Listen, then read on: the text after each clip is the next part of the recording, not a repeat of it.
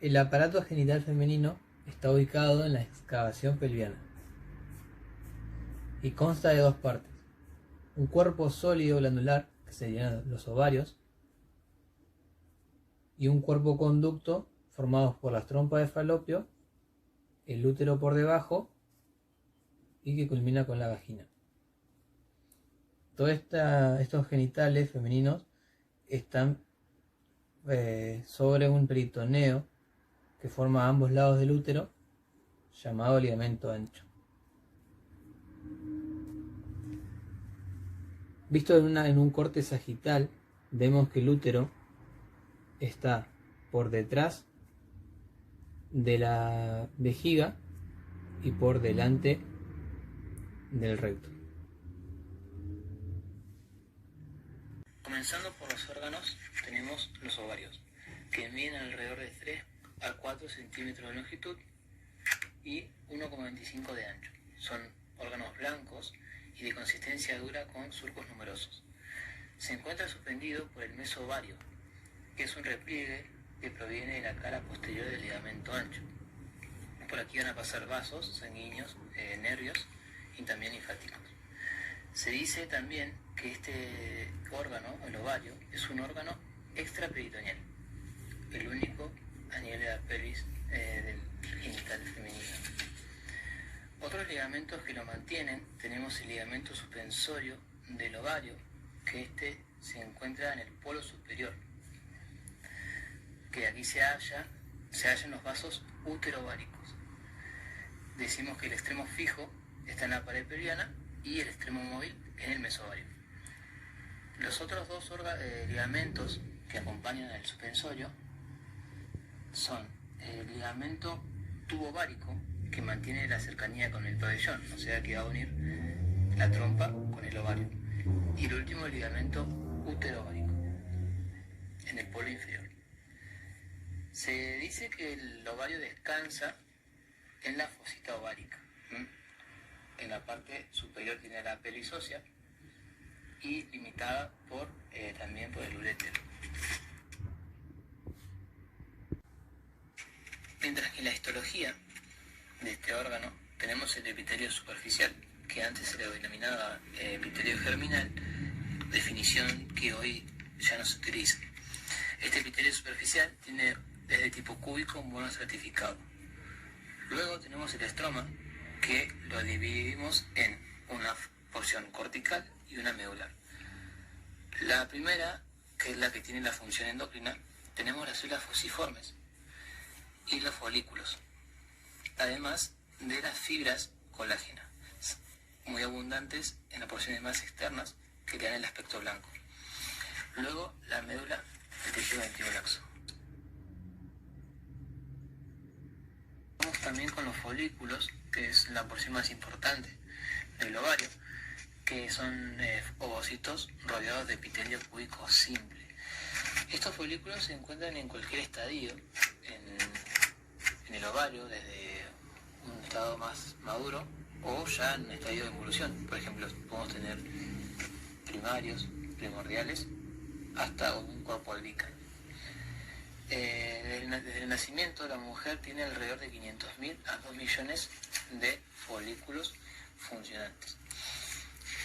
La otra parte que podemos nombrar del ovario es el hilio. Tenemos una red de vasos que constituye la red de ovaris, que sería la homóloga de la red de testis del hombre, y se dice que no tiene significado funcional.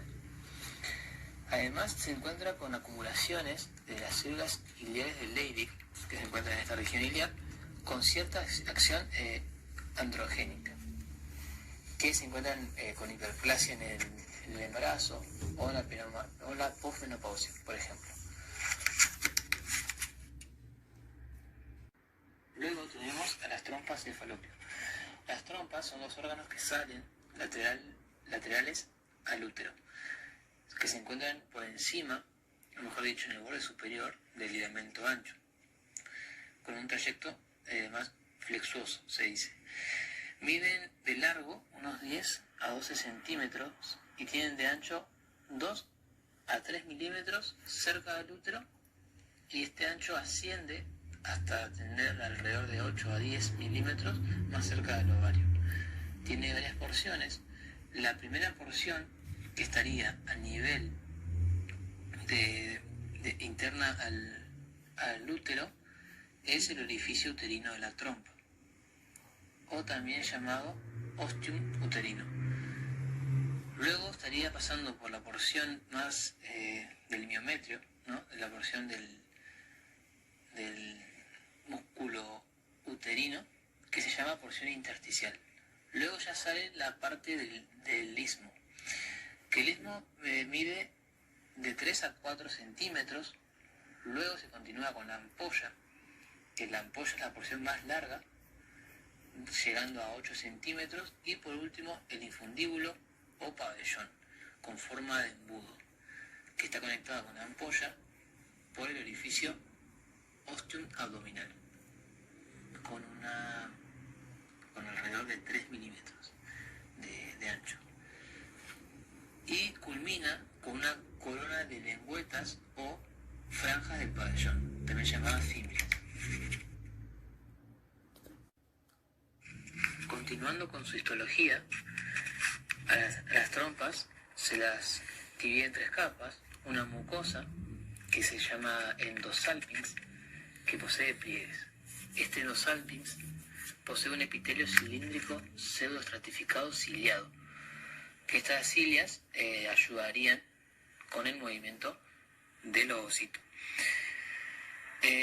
Posee 3 tipos de células importantes, que tenemos las células cilíndricas ciliadas, las células secretoras y las células intercalares.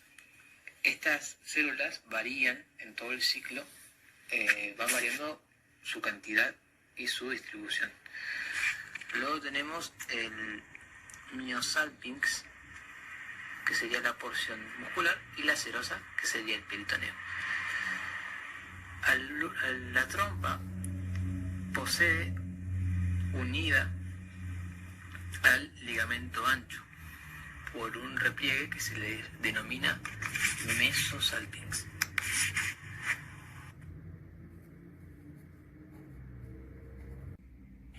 Uno de los órganos más importantes es el útero, que es impar, se encuentra en la región medial, es hueco, de grandes paredes, con forma de pera, aplanado de adelante hacia atrás. Tiene 2 porciones importantes: el cuerpo, que está más superior, y el cuello más inferior, dividido por el istmo, con finalidad más que nada obstétrica.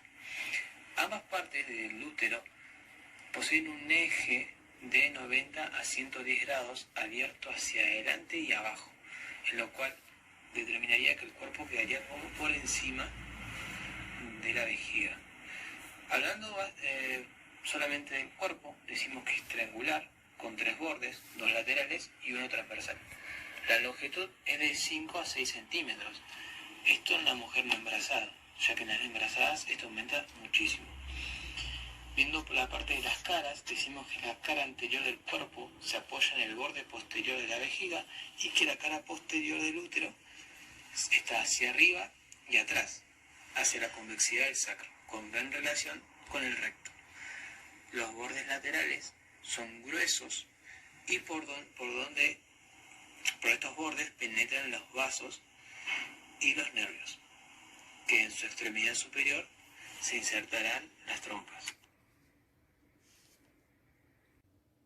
Mientras que el cuello o cervix posee una forma cilíndrica, ligeramente ensanchado en su parte media y mide alrededor de 3 centímetros. Se lo puede dividir en 3 porciones: una superior, una intermedia y una inferior. La superior, también llamada supravaginal, mide 2 centímetros en relación con la vejiga. Se encuentra estrechamente relacionado con esto. Y la porción intermedia o vaginal es la zona de inserción con la vagina. Y la última porción, la intravaginal o inferior, también llamada hocico de tenca o porte, de 1 a 2 centímetros, y aparece como un cilindro redondeado o cono de vértice con un orificio en la porción media de 2 a 3 milímetros, que sería el orificio cervical externo.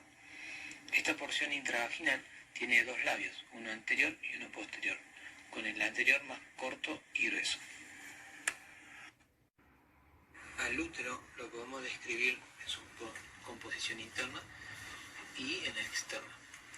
En la interna, en la porción del cuerpo, hay una cavidad virtual que se hace real en el embarazo.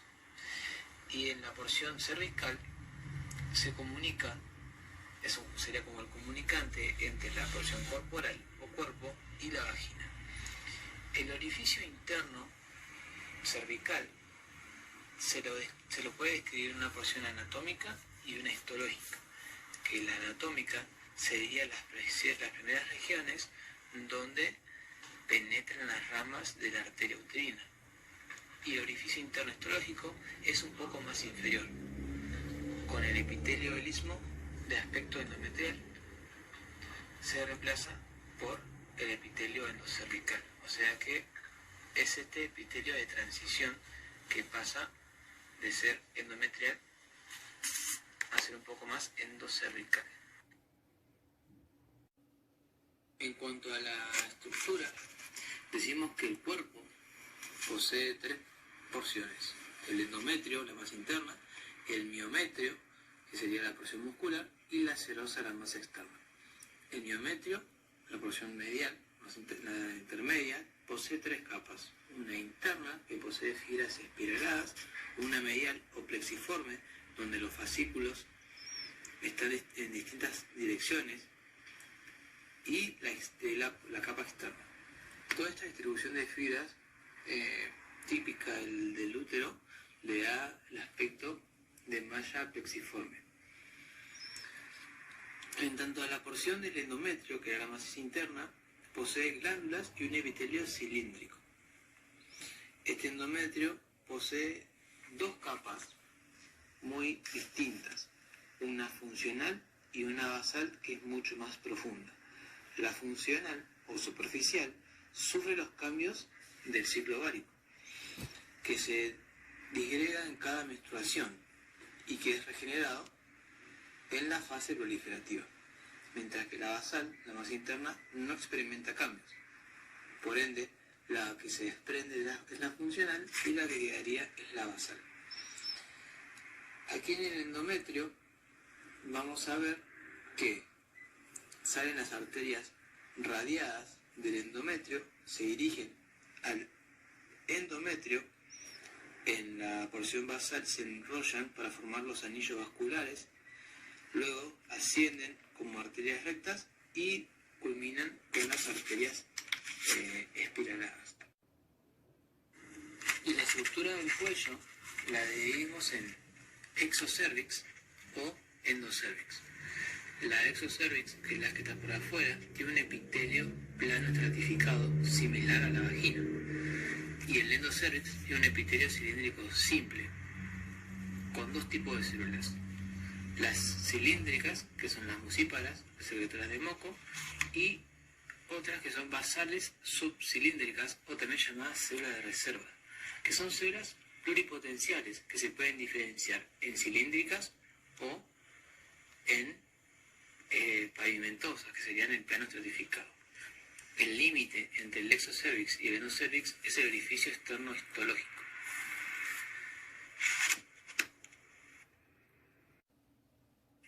Para terminar con el útero, vamos a nombrar algo muy importante que lo compone, que son los ligamentos. Son varios y ahora hablaremos de tres. Los ligamentos, el de todos, el más importante es el ligamento ancho, que tapiza la cara anterior, fondo y cara posterior del cuerpo uterino, que se extiende hasta las paredes laterales de la pelvis y continúa con el peritoneo parietal. Su borde interno, que es la que contacta con los bordes laterales del útero, del cuerpo del útero, se separa en dos hojas que tapizan la cara anterior y posterior. Por estas pasan las arterias y venas, vasos linfáticos y nervios. El borde externo del ligamento ancho contacta con la pelvis. Hacia arriba se forman 3 relieves de la serosa, formando 3 relieves importantes.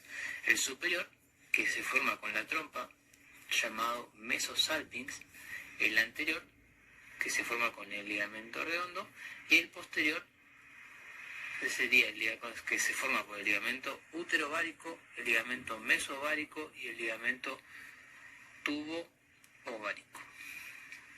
Luego tenemos el ligamento redondo. Otro ligamento importante es el ligamento redondo, que parte a la derecha e izquierda de la cara anterior del útero, cerca de donde se inserta las trompas. Hacia este ligamento redondo se dirige hacia adelante y afuera, penetrando en el conducto inguinal, recorren este conducto y terminan disociándose en muchas fibras que se insertarían por debajo del monte de Venus, donde se fija. Otro ligamento importante son los ligamentos úterosacros, que están en la cara posterior de la cervix, que se dirigen hacia atrás por los lados del recto, pasan por los lados del recto y se dirige hacia las primeras vértebras sacras. El pliegue peritoneal forma el límite superior del fondo de saco de Douglas. Este fondo de saco de Douglas que está entre el útero y el recto. Continuando inferior al útero tenemos la vagina, que es un órgano hueco muy elástico que mide 7 u 8 centímetros de longitud y 2,5 a 3 centímetros de ancho. La vagina tendría por encima al cuello, y esta unión de la vagina y el cuello se llama fornix. Anteriormente o inferiormente se abre con la vulva, el orificio vulvovaginal, o también llamado introito, que primero está cubierto por el himen en mujeres vírgenes. El trayecto de la vagina es oblicuo. Tenemos una pared anterior en la cual los 2 tercios inferiores se relacionan con la uretra y el tercio superior con el trígono vesical, que está interpuesto, vamos a decir que este tabique está interpuesto por un tabique vésico-vaginal y un tabique uretrovaginal. La cara posterior de la vagina posee 3 segmentos, uno superior, uno medio y uno inferior. Todos estos segmentos están relacionados con el músculo elevador del ano. La porción superior estaría por arriba del músculo en relación con el fondo de saco de Douglas, y el medio con relación con el músculo, ¿no? Luego hablamos de la estructura de la vagina, que posee 3 capas: una capa interna, una capa media y una capa externa. La interna es una mucosa de revestimiento compuesta por epitelio plano estratificado no queratinizado, similar a las primeras porciones del cuello. Esta mucosa está en constante descamación de las células superficiales, que la reemplazan la proliferación de las células basales. Y en profundidad decimos que la capa interna tiene desde la más profunda la capa basal. Por encima está la capa parabasal, luego la capa intermedio y la capa superficial. La intermedio y la superficial son las que van a generar, están constantemente descamándose, y son células con glucógeno en su citoplasma. Este glucógeno es importante ya que con los bacilos típicos de la vagina generan ácido láctico que promueve a que el pH sea bajo, importante como mecanismo de defensa. Luego de las otras capas de la vagina tenemos la interna, que nombramos anteriormente, con todas sus porciones, luego la capa media, que es muscular, y la externa, que es fibrosa. Luego por fuera tenemos la vulva, que serían los órganos genitales externos, compuestos por repliegues cutáneos mucosos, por el espacio interlabial y por el aparato eréctil. En parte externa, siendo la vulva y los órganos femeninos externos, tenemos el monte de Venus. Ya más por debajo tenemos la comisura anterior y la comisura posterior, que delimitaría la parte de los órganos. Encontramos el capuchón del clítoris, que recubriría el clítoris, el órgano eréctil femenino. Tenemos los labios mayores por fuera y los labios menores por dentro. Por debajo del clítoris tenemos el meato uretral y más inferiormente el orificio vaginal, que estaría recubierto por el himen en las mujeres vírgenes. Acá también podemos encontrar las glándulas de Skene, y por debajo, más posterior, por debajo de la comisura posterior, tendríamos el ano.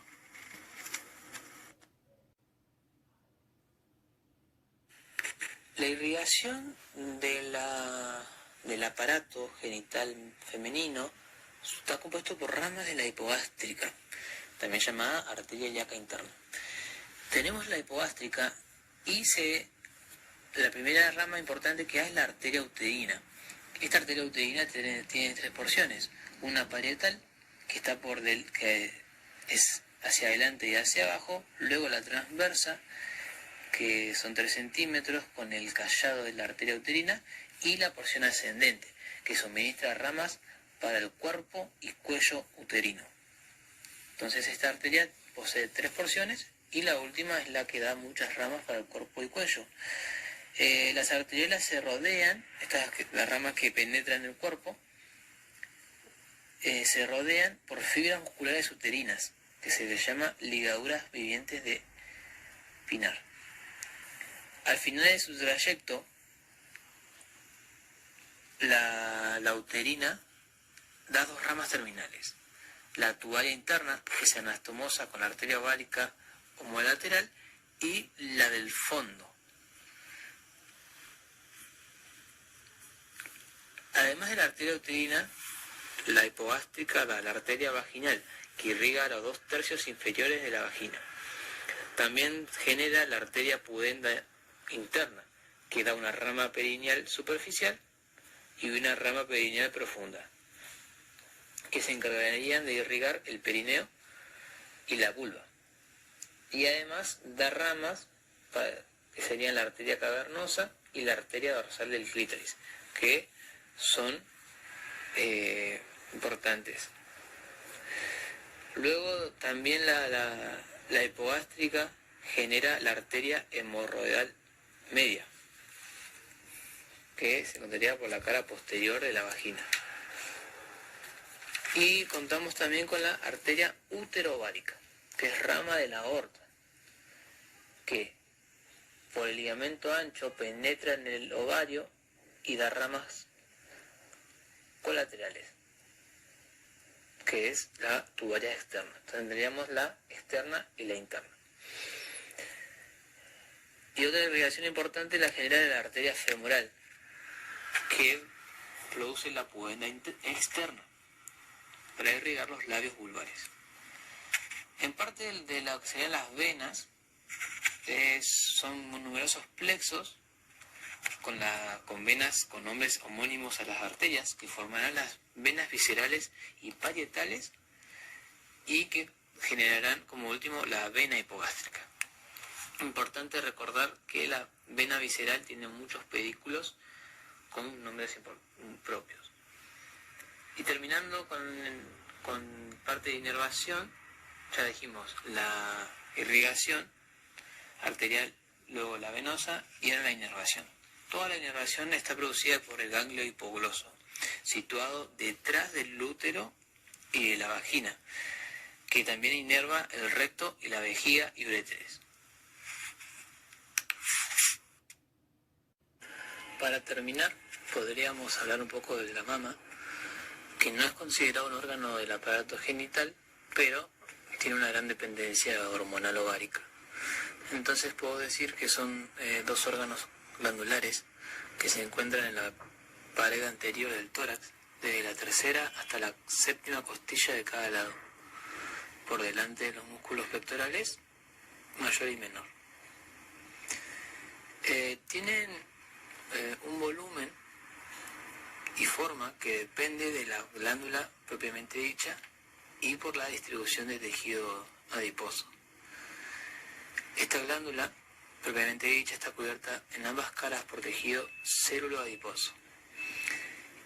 En la cara anterior de la mama podemos hablar de tres componentes. Tenemos la piel, la areola y el pezón. La areola es una zona circular de 2 a 4 centímetros situado en la parte más prominente de la mama. En su centro tiene el pezón y en la periferia tiene una serie de elevaciones pequeñas conocidas como el nombre de tubérculos de Morgagni, que oscila entre 12 a 24 de esos tubérculos constituidos por glándulas sudoríparas, sebáceas y glándulas mamarias accesorias. Estos tubérculos en el embarazo cambian, se hacen más aparentes y voluminosas y se llaman a partir en el embarazo de tubérculos de Montgomery. También hablando del pezón, que sería la parte central, yendo centralmente a la areola, decimos que el pezón es rugoso y que su vértice posee alrededor de 10 a 20 orificios por los cuales desembocan los conductos galactófaros. La glándula mamaria propiamente dicha se muestra como un cuerpo importante y con la presencia de crestas en su cara anterior, y en la cara posterior es más plana. Y decimos además que en el contorno tiene la presencia de prolongaciones mamarias, ya sea internas, inferointernas, entre varias, y la más importante es la axilar, la que es más constante y se dirige hacia el hueco de la axila. La glándula es de tipo túbulo alveolar y está constituida de 15 a 20 lóbulos aislados. Estos lóbulos están formados por numerosos lobulillos y todos los lóbulos desembocan en el pezón por medio de los conductos galactófaros. Estos lobulillos, en su extremo ciego, tienen los sacos secretorios llamados alvéolos o acinos. Cercano al pezón, estos conductos están revestidos por epitelio cilíndrico y al ramificarse por el árbol canalicular se hacen más cúbicos. También la mama, la glándula de la mama, posee estroma, tanto periductal como intralobulillar. Y ya con la irrigación, la más importante es la mamaria interna, rama de la subclavia, que da ramas perforantes en los espacios, en los primeros espacios intercostales. Y la otra arteria importante es la mamaria externa o torácica inferior, rama del axilar, que envía ramificaciones a la porción superexterna mamaria. Algo muy importante en la mama es la parte linfática. Se dice que los vasos linfáticos nacidos de la mama forman plexos superficiales y profundos, que están muy conectados, que por medio de troncos colectores conducen la linfa a diversos grupos ganglionares. Los colectores, que parten de los sectores externos de la mama, se agrupan en dos pedículos, el superficial y el profundo o retroglandular. Los colectores que emergen de la parte interna se distribuyen también a dos planos, tanto superficial y uno interno. Luego tenemos las regiones ganglionares, que se distinguen varios grupos ganglionares que son importantes, que reciben toda la linfa proveniente de la mama. Y podemos nombrar 4 importantes: los ganglios axilares, que son la porción más importante, luego los ganglios de la mama interna, de la mamaria interna, los ganglios de la cadena acromioctorácica o interpectoral y los ganglios supraclaviculares.